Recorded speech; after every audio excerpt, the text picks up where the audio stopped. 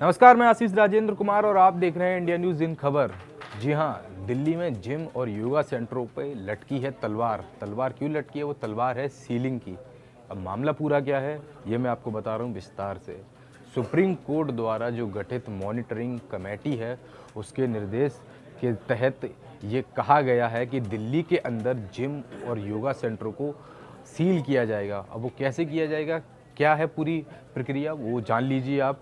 दरअसल जो supreme court की मॉनिटरिंग कमेटी है, उसके निर्देश ये है साफ तौर पे कि दिल्ली के 3 नगर निगम और दिल्ली प्राधिकरण के जो रिहायशी इलाके हैं, उनमें जो भी जिम और योगा सेंटर चल रहे हैं उनको सील किया जाएगा।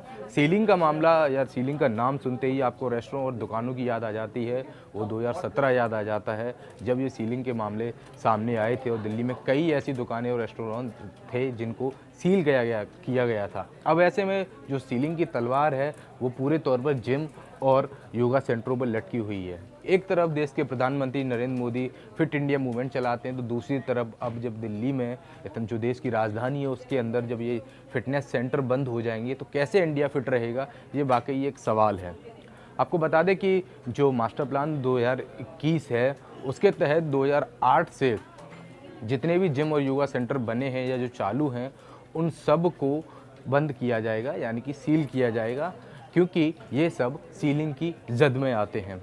अगर ऐसा होता है तो दिल्ली के जो रिहायशी इलाके हैं उनमें 9000 जिम हैं, और 9000 जिम हैं तो सोच लीजिए कि उन 9000 जिम को चलाने वालों का क्या असर रहेगा, उन पर क्या असर पड़ेगा, क्या प्रभाव पड़ेगा इस सीलिंग का। अगर ऐसा हो जाता है तो यकीनन जो जिम सेंटर और योगा सेंटर दिल्ली में काफ़ी लंबी तादाद में खुले हुए हैं, अगर वो सब बंद हो जाते हैं तो उनके परिवार पर इसका क्या फ़र्क पड़ेगा। जो कंपनी की जिम के मालिक हैं या योगा सेंटर के मालिक हैं, उनको कितना नुकसान होगा व्यावसायिक तौर पर देखा जाए तो।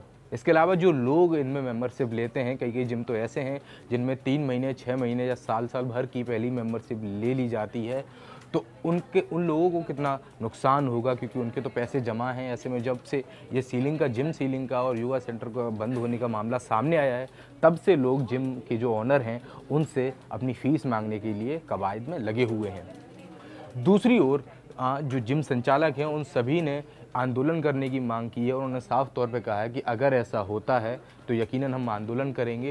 लेकिन सोचने वाली बात यह है, क्या आंदोलन से कोई हल निकलेगा या नहीं, क्योंकि साफ तौर पर आंकड़ा आपके सामने है कि दिल्ली के रिहायशी इलाकों में 9000 जिम है। अगर वो 9000 जिम बंद हो जाते हैं तो सोच लीजिए जिन लोगों के घर की रोजी रोटी चल रही है, या कह लीजिए जिनका बिजनेस चल रहा है, वो कैसे फिर अपने घर का गुजारा कर पाएंगे, कैसे अपने परिवार का भरण पोषण करेंगे। बाकी ये सोचने वाली और एक चिंताजनक बात है।